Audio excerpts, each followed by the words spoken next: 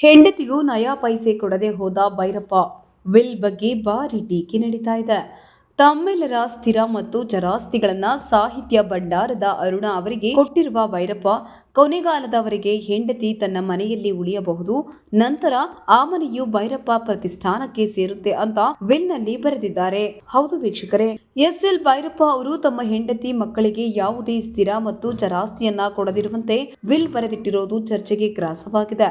ಕೌಟುಂಬಿಕ ಕಲಹಗಳು ಏನೇ ಇದ್ರೂ ಜೀವನವಿಡೀ ಜೊತೆಯಲ್ಲಿ ಸಂಸಾರ ಮಾಡಿದ ಹೆಂಡತಿಯನ್ನ ಕಡೆಗಣಿಸಬಾರ್ದಿತ್ತು ಅನ್ನೋದು ಅಭಿಪ್ರಾಯಗಳು ವ್ಯಕ್ತವಾಗುತ್ತಿದೆ. ಭೈರಪ್ಪನವರ ಕೃತಿಗಳನ್ನ ಪ್ರಕಟಿಸುತ್ತಿದ್ದ ಸಾಹಿತ್ಯ ಭಂಡಾರದ ಪ್ರಕಾಶನದ ಎಂ.ಜಿ. ಅರುಣ ಅವರಿಗೆ ಆಸ್ತಿಯನ್ನ ಬರೆದಿಟ್ಟಿದ್ದಾರೆ. ಜೊತೆಗೆ ಹೊಸದಾಗಿ ಸ್ಥಾಪನೆಯಾಗಿರುವ ಎಸ್.ಎಲ್. ಭೈರಪ್ಪ ಪ್ರತಿಷ್ಠಾನದ ಚಟುವಟಿಕೆಗಳಿಗೆ ಮಾತ್ರ ಈ ಆಸ್ತಿಯನ್ನ ಬಳಸಿಕೊಳ್ಳಬೇಕೆಂದು ಸೂಚಿಸಿದ್ದಾರೆ. ತಮ್ಮ ಪುಸ್ತಕದ ರಾಯಲ್ಟಿ, ಹಸ್ತಪ್ರತಿ ಇತ್ಯಾದಿಗಳೆಲ್ಲವೂ ಅರುಣ ಅವರಿಗೆ ಕೊಟ್ಟಿದ್ದು ಎಲ್ಲವನ್ನೂ ಪ್ರತಿಷ್ಠಾನದ ಕಾರ್ಯಗಳಿಗೆ ಮೀಸಲಿಡುವಂತೆ ಹೇಳಿದ್ದಾರೆ.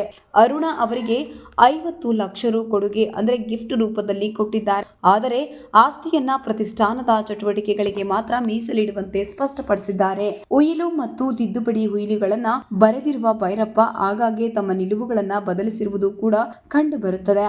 ತಿದ್ದುಪಡಿ ಉಯಿಲಿನಲ್ಲಿ ಪುತ್ರನಿಗೆ 50 ಲಕ್ಷ ರು ನೀಡುವುದಾಗಿ ಹೇಳಿದ್ರು. ಅಂತ್ಯ ಸಂಸ್ಕಾರಕ್ಕೆ ಸಂಬಂಧಿಸಿದಂತೆ ಬರೆದ ವಿಲ್ನಲ್ಲಿ ಈ ಕೊಡುಗೆಯನ್ನ ರದ್ದುಪಡಿಸುವುದರಿಂದ ಭೈರಪ್ಪನವರ ಎರಡನೇ ಪುತ್ರ ಎಸ್.ಬಿ. ಉದಯಶಂಕರ ಅವರಿಗಾಗಲಿ ಪತ್ನಿ ಎಸ್.ಬಿ. ಸರಸ್ವತಿ ಅವರಿಗಾಗಲಿ ಭೈರಪ್ಪನವರ ಯಾವುದೇ ಆಸ್ತಿ ಸಿಗದಂತಾಗಿದೆ. ಮೊದಲ ಮಗ ಆರ್ಥಿಕವಾಗಿ ಉತ್ತಮವಾಗಿರುವುದರಿಂದ ಆತನಿಗೆ ಯಾವುದೇ ಪಾಲು ನೀಡಿಲ್ಲ ಅಂತ ಮೊದಲ ವಿಲ್ನಲ್ಲೇ ಸ್ಪಷ್ಟಪಡಿಸಿದ ಭೈರಪ್ಪ, ಮೈಸೂರಿನ ಕುವೆಂಪು ನಗರದಲ್ಲಿರುವ ತಮ್ಮ ನಿವಾಸವನ್ನ ಎಸ್.ಎಲ್. ಭೈರಪ್ಪ ಪ್ರತಿಷ್ಠಾನದ ಕಚೇರಿ ಹಾಗೂ ಸ್ಮಾರಕವನ್ನ ಮಾಡಬೇಕು. ಪತ್ನಿ ಸರಸ್ವತಿಯವರ ಜೀವಿತಾವಧಿಯವರೆಗೂ ಈ ಮನೆಯಲ್ಲಿಯೇ ಇರೋದಕ್ಕೆ ಅವಕಾಶವನ್ನ ನೀಡಬೇಕು. ಆದರೆ ಮನೆಯನ್ನ ಮಾರಾಟ ಅಥವಾ ಪರಭಾರೆ ಮಾಡುವಂತಿಲ್ಲ. ಅವರ ಕಾಲಾನಂತರ ಈ ಮನೆಯನ್ನ ಎಸ್.ಎಲ್. ಭೈರಪ್ಪ ಪ್ರತಿಷ್ಠಾನಕ್ಕೆ ಹಸ್ತಾಂತರಿಸಬೇಕು ಅಂತ ನಿರ್ದೇಶಿಸಿದ್ದಾರೆ. 2020 ಆಗಸ್ಟ್ 14ರಂದು ಮೊದಲ ವಿಲ್, 2022 ಮಾರ್ಚ್ 15ರಂದು ಹಳೆಯ ವಿಲ್ ರದ್ದುಪಡಿಸಿ ಬೇರೊಂದು ವಿಲ್ ಮಾಡಿಸಿದ್ರು. ಆ ವಿಲ್ನಲ್ಲಿ ತಮ್ಮ ಮೈಸೂರಿನ ವಾಸದ ಮನೆಯನ್ನ ಕಿರಿಯ ಮಗ ಎಸ್.ಬಿ. ಉದಯಶಂಕರನಿಗೆ ಬರೆದಿದ್ರು. ತಮ್ಮ ಪತ್ನಿಗೆ ಆ ವಾಸದ ಮನೆಯ ಅನುಭವಿಸುವ ಹಕ್ಕನ್ನ ಮಾತ್ರ ನೀಡಿದ್ರು. ಈ ಮನೆಯ ಪರಭಾರೆ ಅಥವಾ ಮಾರಾಟದ ಹಕ್ಕನ್ನ ಪತ್ನಿಗೆ ನೀಡಿರಲಿಲ್ಲ. ಅದಾದ 3 ವರ್ಷಗಳ ನಂತರ 2025 ಜನವರಿ 30ರಂದು ಈ ಉಯಿಲಿಗೆ ತಿದ್ದುಪಡಿ ಮಾಡಿ ತಮ್ಮ ಪತ್ನಿ ಮೈಸೂರಿನ ಮನೆಯಲ್ಲಿ ವಾಸಿಸಬಹುದು.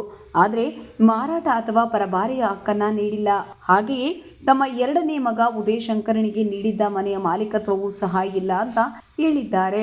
ಒಟ್ಟಾರೆಯಾಗಿ ಹೆಂಡತಿ ಮತ್ತು ಮಕ್ಕಳಿಗೆ ಏನನ್ನು ಕೊಡದೆ ಹೋಗಿರುವುದು ಚರ್ಚೆಗೆ ಗ್ರಾಸವಾಗಿದೆ. ಫೇಸ್ಬುಕ್ನಲ್ಲಿ ಪ್ರತಿಕ್ರಿಯಿಸಿರುವ ಬರಹಗಾರ ನಾಗೇಗೌಡ ಕೀಲಾರ ಅವರು, ಮಕ್ಕಳಿಗೆ ಆಸ್ತಿ ಕೊಡೋದಿಲ್ಲ ಅನ್ನೋದೇನೋ ಸರಿ, ಆದ್ರೆ ದಶಕಗಳ ಕಾಲ ಜೊತೆಯಾಗಿ ಬದುಕಿದ ಹೆಂಡತಿಗೆ ಒಂದು ನಯಾ ಪೈಸೆ ಆಸ್ತಿ ಕೊಡ್ಲಿಲ್ಲ ಅನ್ನೋದು ಯಾವ ನ್ಯಾಯ ರೀ? ಮನುಷ್ಯನಿಗೆ 2 ಮಕ್ಕಳು ಹೆತ್ತು ಕೊಟ್ಟಿದ್ದು ಈ ಮನುಷ್ಯನ ಜೊತೆಗೆ ಈ 2 ಮಕ್ಕಳನ್ನ ಸಾಕಿರೋದು ಈ ಮನುಷ್ಯನಿಗೆ ದಶಕಗಳ ಕಾಲ ಅಡುಗೆಯನ್ನ ಬೇಯಿಸಿ ಹಾಕಿರೋದು ಪಟ್ಟಿ ದೊಡ್ಡದೇ ಇದೆ ಬಿಡಿ. ಬಹುಶಃ ಈ ಮನುಷ್ಯ ಹೆಂಡತಿಗೆ ಜೀವನ ಪೂರ್ತಿ 3 ಹೊತ್ತು ಊಟ ಹಾಕಿದ್ದಾನಲ್ವಾ, ಇಷ್ಟು ಸಾಕು ಅಂತ ಭಾವಿಸಿರ್ಬೇಕು.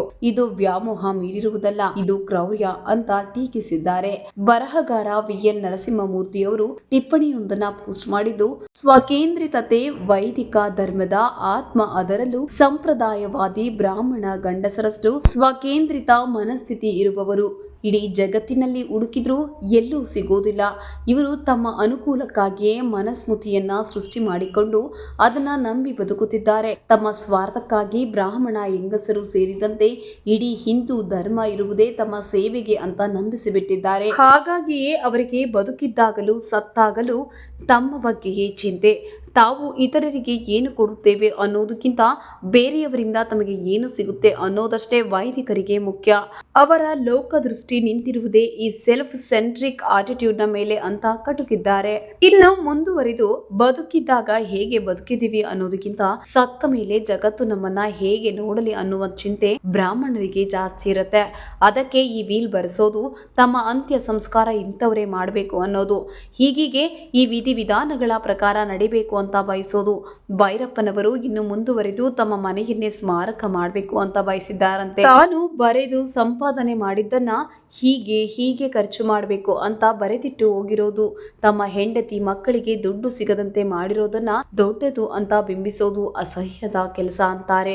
ಸತ್ತ ಮೇಲೂ ತಾನು ಅಂದುಕೊಂಡಂತೆ ನಡೆಯಬೇಕು ಅಂದುಕೊಳ್ಳುವುದು ಸ್ವಾರ್ಥದ ಪರಮಾವಧಿ. ಈ ಸ್ವಕೇಂದ್ರಿತ ಮನೋಧರ್ಮ ವೈದಿಕ ಧರ್ಮ ನಂಬಿದ ಭೈರಪ್ಪನವರಲ್ಲಿ ಮಾತ್ರ ಇಲ್ಲ, ಪ್ರಗತಿಪರರಾಗಿದ್ದವರು ಆರ್ ಅನಂತಮೂರ್ತಿಯವರಲ್ಲೂ ಇತ್ತು. ಹಾಗಾಗಿಯೇ ಅವರು ಕೂಡ ತಮ್ಮ ಅಂತ್ಯ ಸಂಸ್ಕಾರ ಇಂತಹ ವಿಧಿವಿಧಾನಗಳ ಪ್ರಕಾರ ನಡಿಬೇಕು ಅಂತ ಬಯಸಿದ್ರು ಅಂತ ಬೇಸರವನ್ನ ವ್ಯಕ್ತಪಡಿಸಿದ್ರು.